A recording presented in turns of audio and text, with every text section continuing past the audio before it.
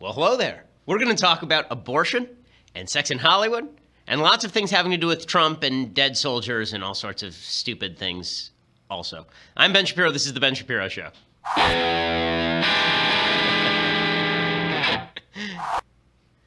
Little behind the scenes there. Every time we open this show, I have to look to a different camera, and I am very awkward at it. So if you can't see the show, that's what you're missing out on, folks. Okay, so before we get to any of these things, so somebody on the left this morning on Twitter presented the greatest pro-abortion argument of all time. And then I refuted it, and then he blocked me. So I will explain to you why this was not, in fact, the greatest pro-abortion argument of all time, and why it is that people think it was.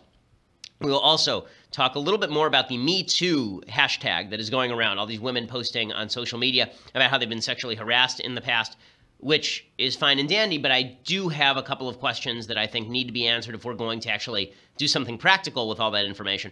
Plus, President Trump goes after President Obama for not caring about dead troops or something, which is just awesome. We'll get to all of that, but first, I want to say thank you to our sponsors over at Legacy Box. So, if you are a person who wants to preserve your memories, you want to preserve your childhood memories, you want to make sure that all those boxes of old films that are moldering out in the garage, those don't go to waste. You want to make sure that your parents have access to those things. This is why you need Legacy Box. We all have these things sitting in the garage, and then we don't care about them for years. We let them gather dust, and there are spiders, and it's gross. And then there's a fire, and we run out there, and we grab the box that is covered in dust mites, and we bring it outside to the car, and it turns out we don't have enough room, and the pictures are waterlogged. Don't be that person. That's why you need Legacy Box. Legacy Box is a simple, affordable way to get your recorded moments digitally preserved on DVD or thumb drive. Here's how it works. So, you get a box in the mail from Legacy Box.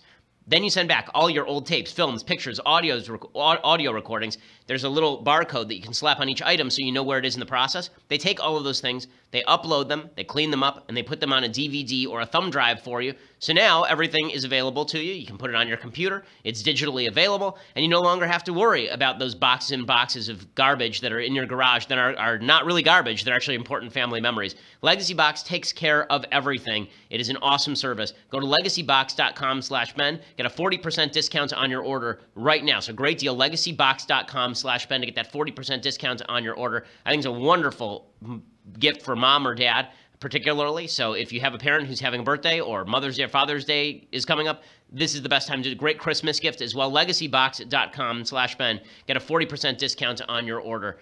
It's, again, I think a very important service, actually. Okay, so we begin today with an argument that was going around Twitter this morning. I woke up and there was a tweet storm that was going around.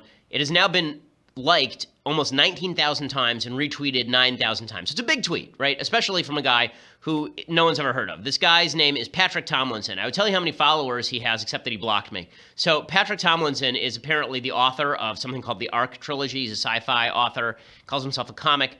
I'm going to read you his nasty little tweet storm, and then I'm going to explain why it is so appealing on the surface to pro-choicers, and then I'm going to explain why it makes no sense. So here's his argument in favor of abortion. And it just drips with condescension and disdain. Anyone who disagrees with him is a fool and a liar. I'm so sick of that attitude. I really am. If I haven't made that clear with regard to Jimmy Kimmel, I'm going to make it clear now with regard to Patrick Tomlinson. Here's what he tweeted, quote, "Whenever abortion comes up, I have a question I've been asking for 10 years now of the Life Begins at Conception crowd. In 10 years, no one has ever answered it honestly." Ooh. Then he says, "It's a simple scenario with two outcomes." Wow, I mean, just the brilliance this guy must carry in his head. It's just mind-boggling. He says, "No one ever wants to pick one because the correct answer destroys their argument. There is a correct answer, which is why the pro-life crowd hates the question. Here it is. Are you ready? So good. You're in a fertility clinic. Why isn't important? The fire alarm goes off. You run for the exit. As you run down the hallway, you hear a child screaming from behind a door. You throw open the door and find a 5-year-old child crying for help. Exciting, no? They're in one corner of the room. In the other corner, there, by the way, is spelled They''re. The genius writer knows. They're in one corner of the room. In the other corner, you spot a frozen container labeled 1,000 viable human embryos. The smoke is rising. You start to choke. You know you can grab one or the other, but not both before you succumb to smoke inhalation and die, saving no one. Dun, dun, dun, dun. Do you A, save the child, or B, save the 1,000 embryos? There is no C. C means you all die. Dun, dun, dun, dun. He says, "In a decade of arguing with anti-abortion people about the definition of human life, I have never gotten a single straight A or B answer to this question, and I never will. They will never answer honestly because we all instinctively understand the right answer is A. A human life is worth more than 1,000 embryos, or 10,000, or 1,000,000, because they are not the same, not morally, not ethically, not biologically. This question absolutely eviscerates their arguments, and their refusal to answer confirms that they know it to be true. No one, anywhere, actually believes an embryo is equivalent to a child. That person does not exist. They are lying to you. They are lying to you to try and evoke an emotional response, a paternal response using false equivalency. No one believes life begins at conception. No one believes embryos are babies or children. Those who claim to are trying to manipulate you so they can control women. Don't let them. Use this question to call them out. Reveal them for what they are. Demand they answer your question, and when they don't, slap that big old scarlet P of the patriarchy on them. The end. Wow. Mind. Pew. Blown. Just amazing. I mean, just the utter genius of this guy. If I had thought of this example, like if I had thought of this hypothetical stupid question, like, I don't know, 10 years ago, totally would have changed my worldview. I would have voted for Hillary Clinton, and I'd be wearing a sticker with a pussy hat on it. Okay, so let's put aside the fact that this guy's obviously a douchebag. The commenters on the Twitter thread are properly puzzled. The reason they're properly puzzled is because he is correct that your moral intuition suggests that you save the 5-year-old child and not the box marked 1,000 viable embryos. Here is why this does not prove the point he thinks that it proves. There are many reasons why this does not even come close to proving the point he thinks it proves. He thinks this proves that human embryos aren't life. He thinks that this proves that we are all liars when we say that human embryos are human life. He says that this proves that human embryos are not babies. He says that this proves that we are all liars. Okay, so here is why this is not true in any sense. So here are 4 reasons. First, moral instinct does not always mean you thought things through. So we have lots of moral instincts. Those moral instincts may be good, they may be right, they may be wrong. That does not provide a moral logic. Okay, just because you have a moral feeling does not mean that the logic is well thought out. So, for example, here's another famous thought experiment. I love thought experiments. I think they're fun. So that's why I'm focusing on this, because I think that it's good for you to get better at thought experiments, and it's fun for me to go through them. So here's another famous thought experiment. This, of course, is the trolley problem. Everyone knows of the trolley car problem. This is where you are standing on a railroad track, a trolley car track, and the track is right at the fork. Okay, you're standing right at the fork. It goes to the right and it goes to the left. On the left, there is Nell, who is tied to the track, and on the right, there are 5 people who are tied to the track. Okay, do you pull the switch and switch the trolley car from the one that is going to kill the 5 people to the one that is just going to kill Nell? Most people say yes, right? Okay, pretty easy answer, right? This is a utilitarian answer. We will save the 5 instead of saving the 1. Okay, now here is the more famous trolley car question. You are now standing on a bridge over the trolley car track, and on the track is tied Nell and 5 other people. So there's 6 people tied to the trolley car track. You're standing above on a bridge, and up next to you is standing Michael Moore, okay, some big fatso. Now, if you take Michael Moore and you push him over the side of the bridge, and the trolley car is stopped by the weight of his grease against the skids, do you throw Michael Moore over the top of the bridge? Most people say no. Most people say there's a moral difference between me throwing a switch and me pushing somebody physically off a bridge to their doom. That's a moral intuition, but can you justify it? The answer is probably not. And what this demonstrates is that most people's moral intuition is not necessarily a thought-through logic. And let's give another example, okay? We can give all sorts of these thought experiments proving that the moral intuition goes the other way. So, for example, let's say that instead of a 5-year-old and a box of 1,000 random viable embryos, it was a box of 2 embryos, and they were your children, right? You were infertile and your wife was infertile, but somehow, through a miracle, they've created 2 embryos that are your children, your only possibility of having children, and they are viable, so we know that they will implant and be fine, right? That's the premise of his question. So, do you save the embryos or do you save the 5-year-old, the random 5-year-old? A lot of people would say save the embryos now because they're your children. That's a moral intuition. Does it make it right? I assume Tomlinson would say no. That just because you had a moral feeling one way or another doesn't mean that the feeling is justified.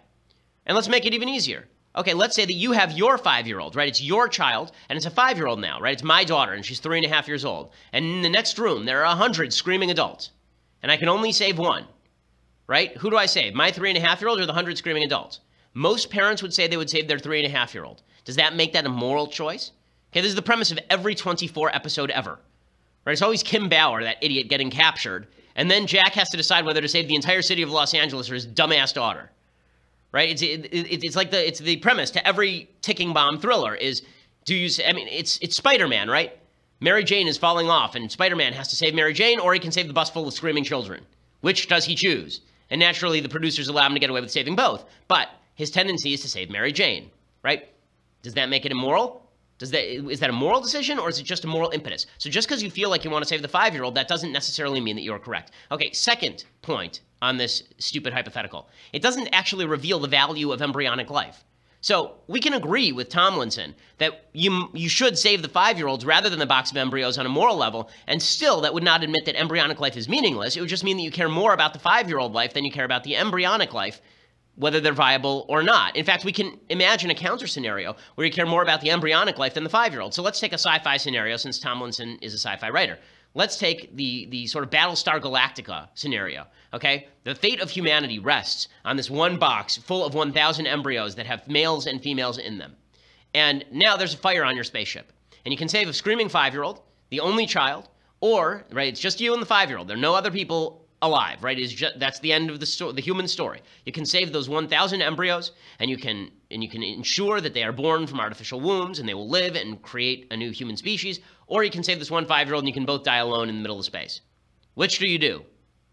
Right? So again, every sci-fi movie ever says you save the box of embryos. Does that mean that the 5-year-old is no longer a human life? Right? Because what he's doing is he's creating a false binary and then saying whichever one you choose, the other one's not a human life. I've just given you a bunch of false binaries and then said whichever one you choose is still a human life. So clearly that isn't true.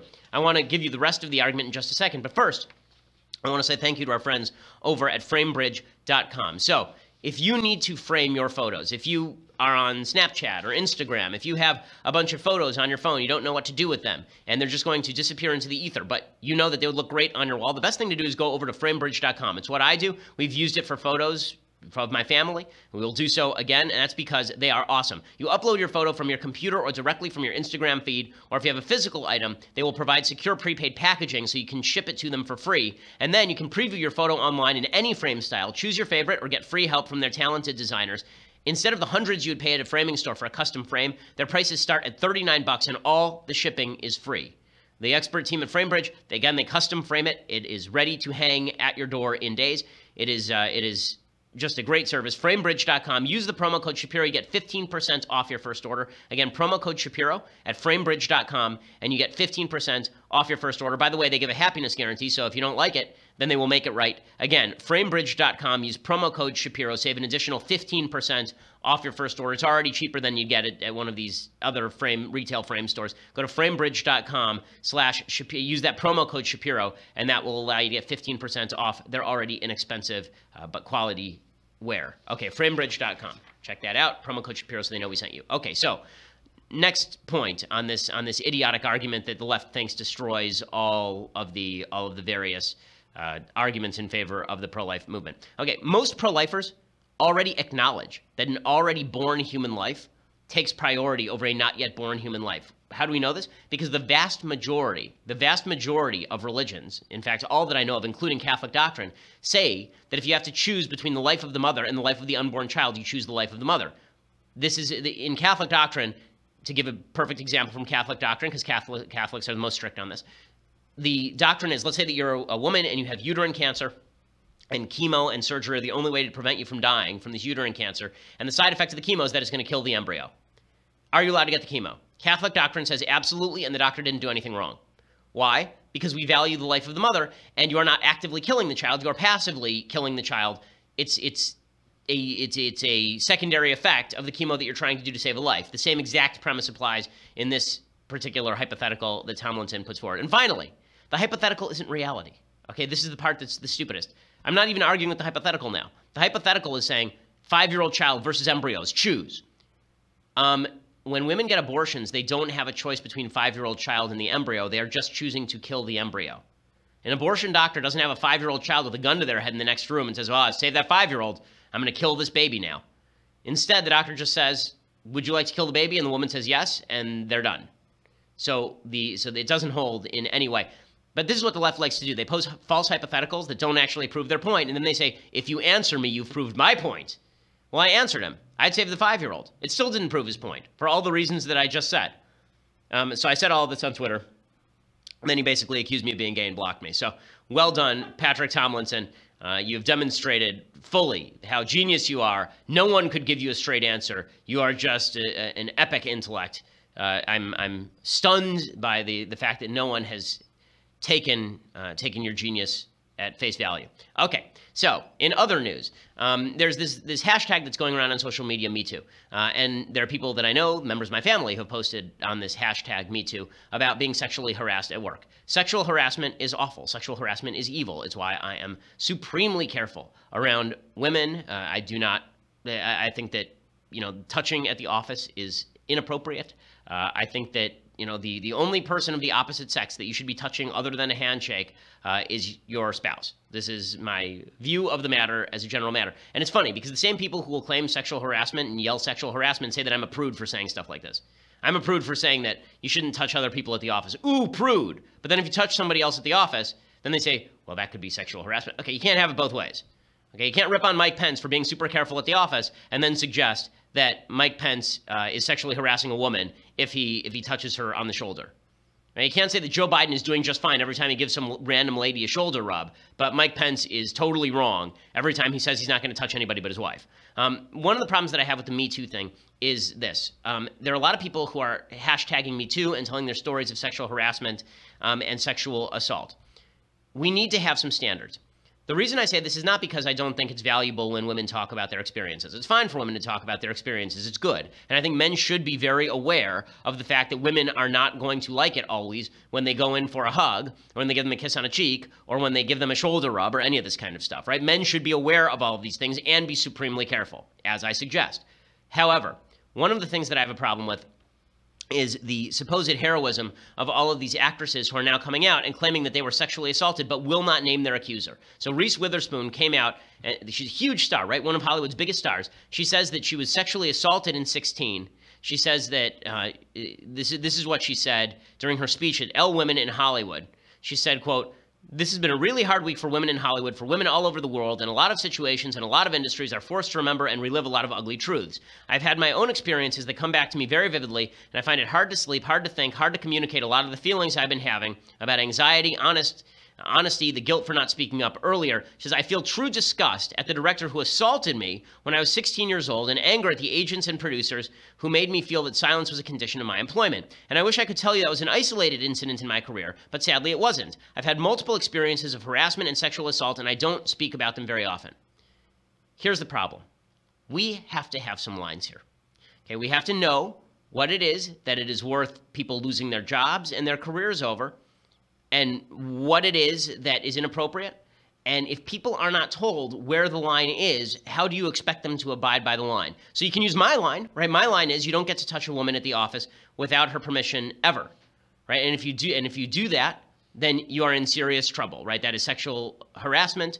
You're doing it without consent. However, that is not what modern leftist society has said on sex, right? Modern leftist society has said for decades on sex that sexual looseness at the office is actually a good thing. Maybe the woman would like, let's not pretend that romances have not started at the office, because a huge number of people are currently living together who met at the office and started going out. And the way that human touch works is not always a guy with the checklist coming up and saying, I need you to check every one of these boxes, right? When somebody makes a move, it's very easy to do this in the abstract, but when somebody makes a move, very often it is not a move where somebody says, is it okay right now if I kiss you? Is it okay if I touch your shoulder? Okay, that's generally not how it happens as far as I'm aware. And I will appeal to the female in the room and make her quite awkward now. Jess, do you believe that this is the way that it works in human relationships, that guys typically ask girls before they kiss them, can I kiss you or hold your hand? Or have you had experiences where a guy has just made a move on you and it hasn't been the end of the world? Right, it's 50-50, and this is sort of the problem, right, is that there's no hard lines with regard to this stuff, and there are times when a guy will make a move on a girl and the girl is totally fine with it, and there are times when a guy will make a move on a girl and she's totally not fine with it. And because there's no hard line on this stuff, it's hard to know for a lot of guys where exactly to draw the line. Now, we can say, as I would say, that the guy should ask consent always before kissing, right? When I first kissed my wife, that's actually what I did. I said, do you mind if I kiss you now? Which is not the most romantic thing to do, but that's how I operate. But that is not always how human relationships work. And so I'm seeing a lot of stories online in these Me Too circles that don't actually draw the hard line. Like, would you report a guy for he's drunk at a party and he tries to kiss you? Would you report a guy to HR for that? Is that worth the guy losing his job? Some women would say yes. Some women would say no. We need to have some hard lines as a society and figure out where the line is actually drawn, right? Apparently the line isn't even drawn at actual sexual assault in Hollywood. right? These women, America Ferrera says that she was sexually assaulted at the age of 9. She says, first time I can remember being sexually assaulted, I was 9 years old. I told no one and lived with the shame and guilt, thinking all along that I, a 9-year-old child, was somehow responsible for the actions of a grown man. I had to see this man on a daily basis for years to come. He would smile at me, wave, and I would hurry past him, my blood running cold, my guts carrying the burden of what only he and I knew, that he expected me to shut my mouth and smile back. Right? And Alyssa Milano is saying some of the same stuff. America Ferrera is a big girl now. Okay, like I understand when you're 9 years old not speaking out about that. I get it. I understand the pressure. I understand the horror. I can never fully understand because I wasn't in that position. But I get where she's coming from. Now she's an adult. That guy is still preying on young children, presumably. Why doesn't she say his name? So in Hollywood, they won't even say the names. Okay, this is the same problem I have with the institutional racism argument. Is there racism in American society? Yes. I need a specific name and a specific example so I can fight it with you. I need a specific instance with a specific name so I can fight it with you or decide whether you are just being oversensitive with regard to the Me Too stuff. I want to be on your side. I want to say, let's put this rapist in jail. I want to say, let's put this sexual harasser in jail or allow you to sue him. But I don't think that we have any hard standards with regard to this stuff. Like I was talking to my wife about this last night. My wife is a very beautiful woman, and she's been hit on a lot in her life. As a doctor, she gets hit on a lot, right? She experiences stuff I'm sure male doctors don't, where patients will hit on her on a pretty regular basis. Like there was the example that she gave is she was working at the Veterans Administration, and one guy said to her, this is like an older guy, probably 60 years old, said to her something like, "Your eyes are so blue and so deep. They're like the ocean." And she was like, should I have been insulted by that, or should I have been sort of complimented by that? I chose to be sort of complimented by it, but I could see being insulted by it. And that's sort of right? The problem with a lot of this sort of stuff is I know it when I see it. Now, I think there are some obvious hard lines that are pretty clear. And this is why I'm very frustrated with these actresses who are now big stars and who are leaving predators in positions of power by not naming names. There is no statute of limitations to child molestation. Okay, but the fact that that is not what's happening is a problem. And again, I think that we're all on the same side. I think that when we are vague about these things, it actually creates false divisions that don't exist. I think all good-hearted people want to see men who sexually harassed called out. I think that we need hard standards of what sexual harassment constitutes, what sexual assault constitutes. And it can't just be that something bothered me 10 years ago, I said nothing about it, I come out today, I give a vague reference to being sexually harassed at work, and then we're all supposed to just say, well, that's society.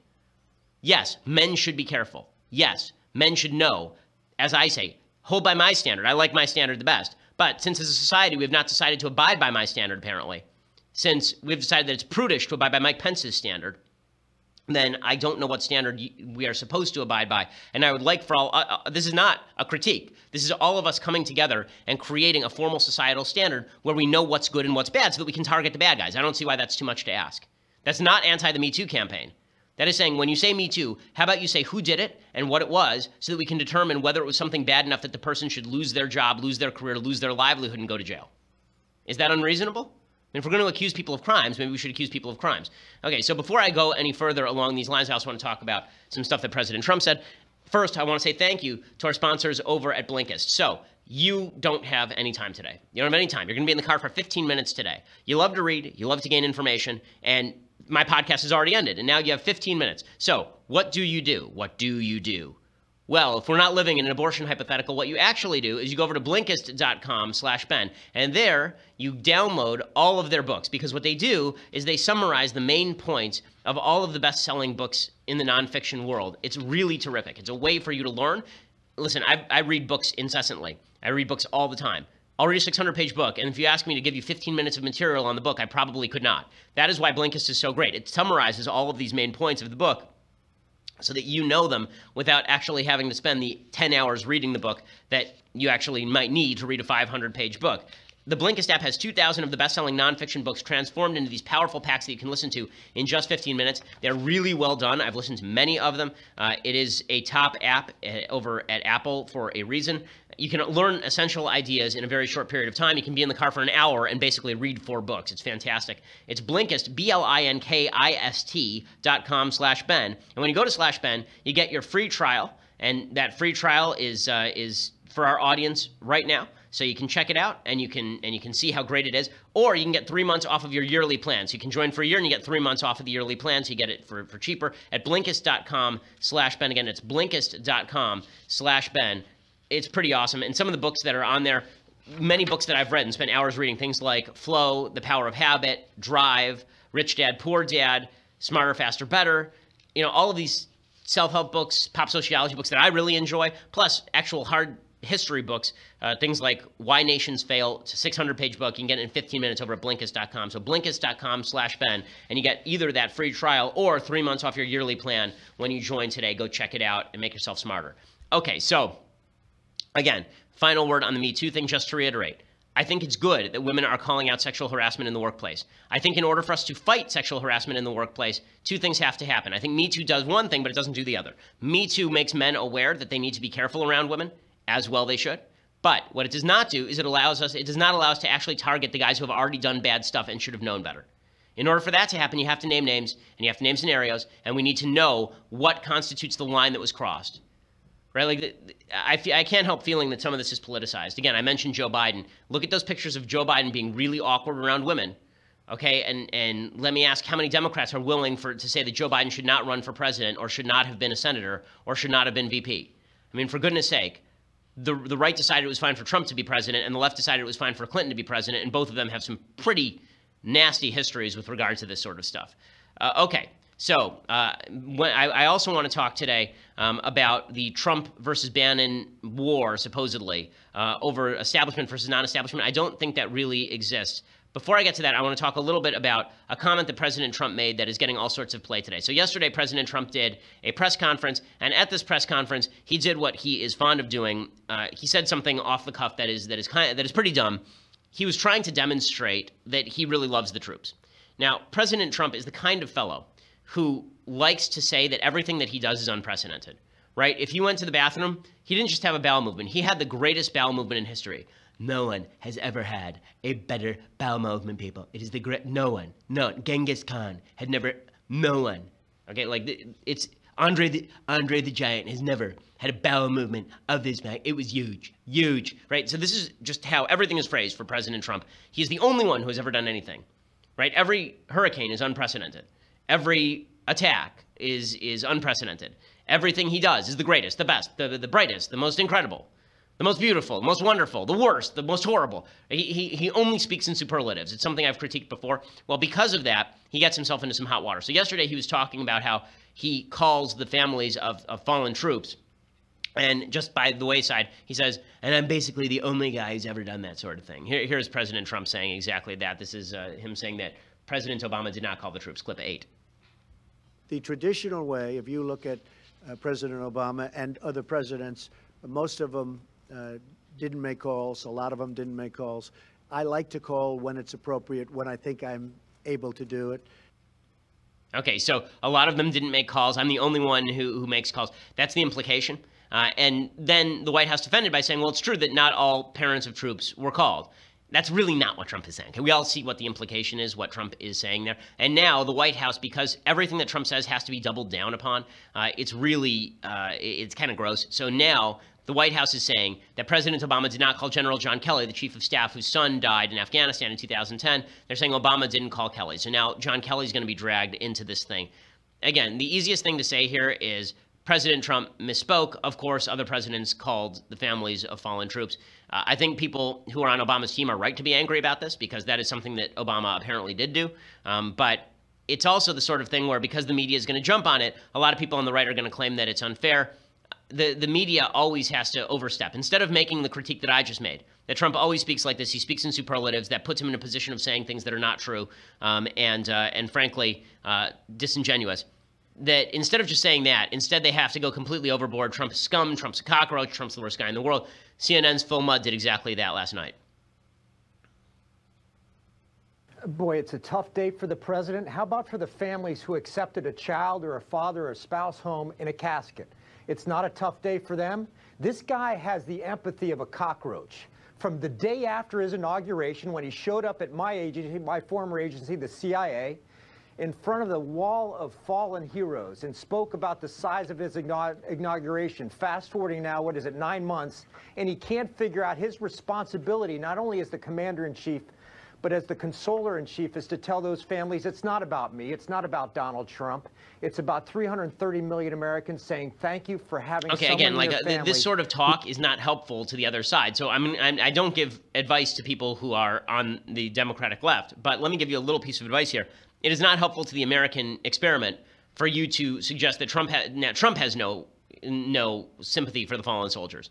Right? What you can say is that Trump is overstepping. What you can say is that Trump lied about President Obama. What you can say is that Trump is mean. And when he says that about President Obama, it is wrong for him to impute that sort of motivation to President Obama. But to go to, he has no empathy at all for the fallen troops, is you now overstepping in the other direction. Right? And this is every controversy is now this. Trump says something wrong. The left oversteps way too far in the other direction. The right oversteps way too far in the opposite direction. And nobody actually ends up in the place where the truth is, right? The truth is Trump said something that is wrong and false and nasty. And instead of just saying this is wrong and false and nasty, people immediately go to, well, he hates the troops. Like, really? That's where you want to go? That's the place that you want to go? I don't see why people would do that at all. And it's because of that reactionary tendency in politics that President Trump won, really. Like, people say, how could he win in spite of saying things like this? It's not in spite of saying things like this. It's because he said things like this. And the right inherently believes that there are a lot of people on the left who don't care enough about fallen troops because it's always easy to impute bad motivations to the other side. And then the left immediately claims that Trump doesn't care about the fallen troops, and the right says, well, screw you. Right? This is how the game was played. Okay, and I'll show you the proof. Right? So here is President Trump yesterday. This is the part about why Trump won. Okay, so President Trump won because he was running against Hillary Clinton. End of story. Okay, Hillary Clinton won the presidency for Donald Trump. There's a hilarious piece by Go Over at Newsweek saying, here's how we could still make Hillary Clinton president. Or I think the actual title was, here's how Hillary Clinton can still enter the Oval Office. And I tweeted, she can wrap herself in a box and mail herself there. I mean, that's the only way that she's going to get in. But in any case, Trump says, and he's correct, that Hillary, who's been very supportive of these people kneeling for the national anthem in the NFL, that's why she lost. When you take a knee, well, that's why she lost the election. I mean, honestly, it's that thinking that is the reason she lost the election. When you go down and take a knee or any other way, you're sitting, essentially, for our great national anthem. You're disrespecting our flag, and you're disrespecting our country. Okay, so he's right about this, and this is why Hillary Clinton is not the president today. It's this reactionary stuff, right? Hillary Clinton feels like she has to react to Trump, so she sides with the NFL players, and then Trump smacks her. This is why Trump is president and Hillary Clinton is not, and this is why he begged her basically yesterday. This is actually kind of funny. He begged her to run again yesterday. Oh, I hope Hillary runs. Is she going to run? I hope. Hillary, please run again. Go ahead.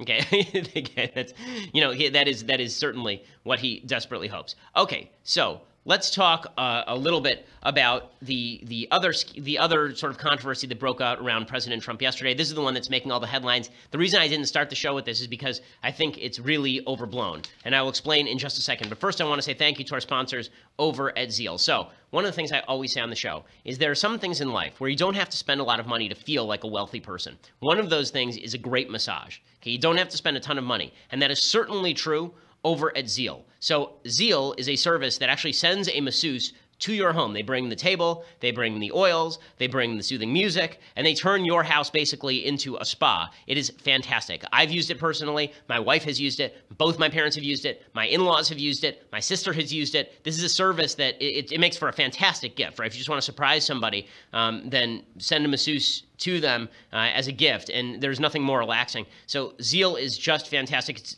I think, 9,000 licensed masseuses with a massage table and music and everything. Just fantastic. And again, you don't have to make these reservations like days in advance, okay? Sometimes it's like an hour in advance.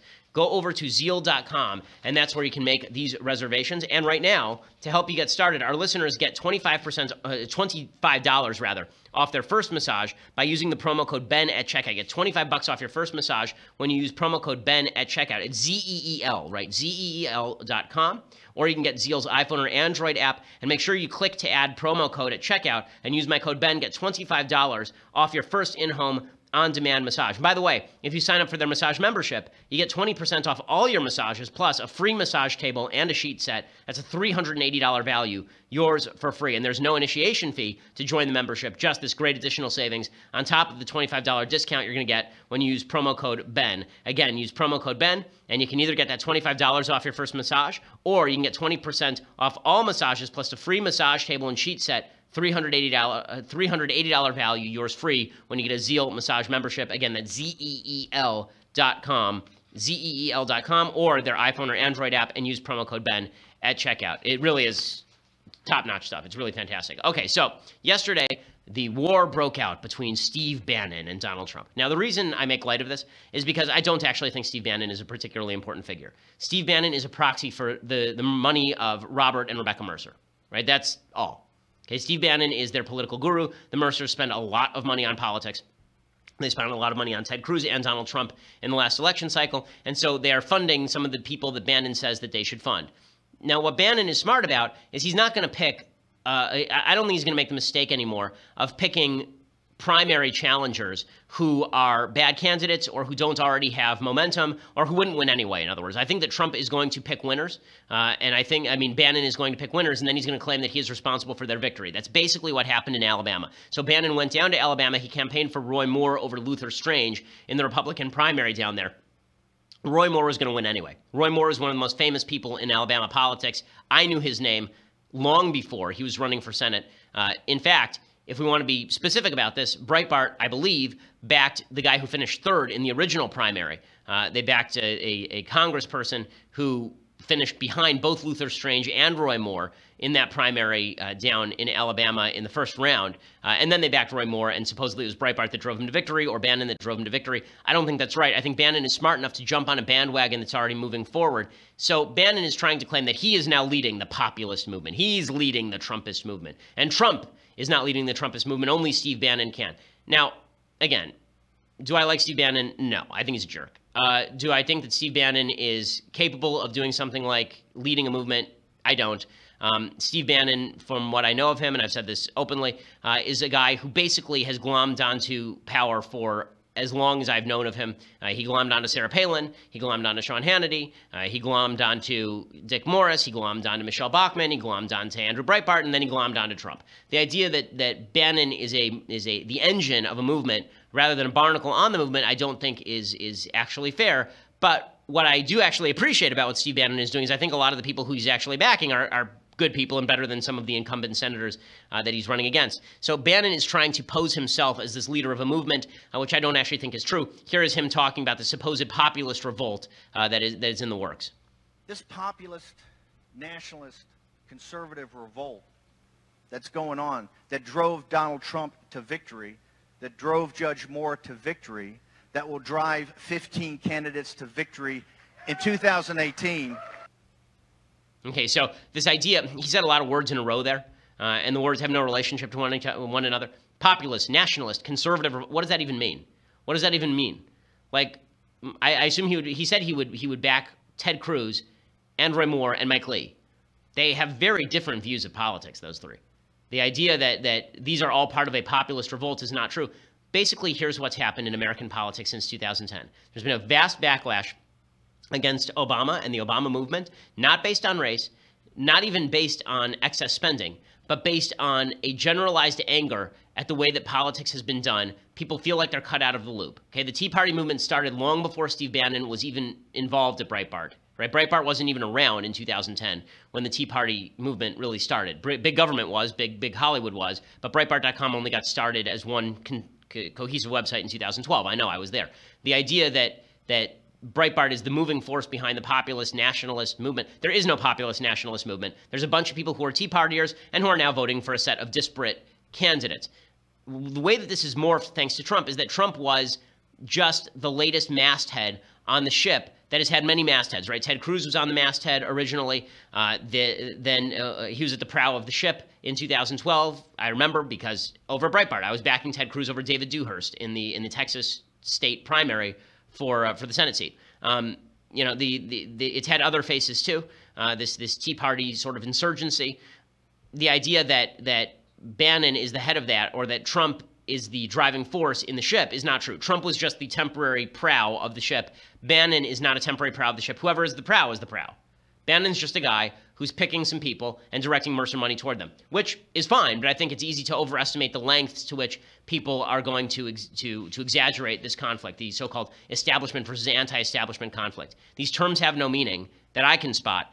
except for a feeling, and I'll explain that feeling in just a second. But for that, you're going to have to go over to dailywire.com. For $9.99 a month, you can get dailywire.com. That means that you will get our website with only the banner ad, no more ads. It means that you get the rest of my show on video live. It means you get Andrew Klavan's show on video live starting at 10:30. It means you get Michael Knowles' show on video live at 12:30. It means that you get to be part of my mailbag on Fridays. You get to ask me questions. It means that when we do the conversation, which is coming up today with Andrew Klavan, right? It's coming up at 2 p.m. Pacific time today. Daily Wire's Andrew Klavan and Alicia Krause are going to do a Q&A. All of the mysteries of the universe will be answered. When that happens, you will be able to ask a question. So it's going to be broadcast live on Facebook or YouTube, but you're only going to be able to ask Andrew a question if you're a member. So for $9.99 a month, you can become a member, which is awesome. For $99 a year, you can not only become a member, you can also get the annual membership, which is cheaper than the monthly membership, and this leftist tier's hot or cold tumbler, the greatest of all possible tumblers. Tick off your relatives and enjoy drinking their bodily, well, the safe bodily fluids, their tears. Make sure that you can do all of those things with the leftist tier's hot or cold tumbler, which is just awesome. Or go over later to YouTube. But please subscribe to our YouTube channel. We always appreciate that. We always have great content coming out. Or go over to SoundCloud, iTunes, leave us a review. Always helps our ranking. We appreciate it. We are the largest, fastest growing podcast on the conservative side of the aisle in America.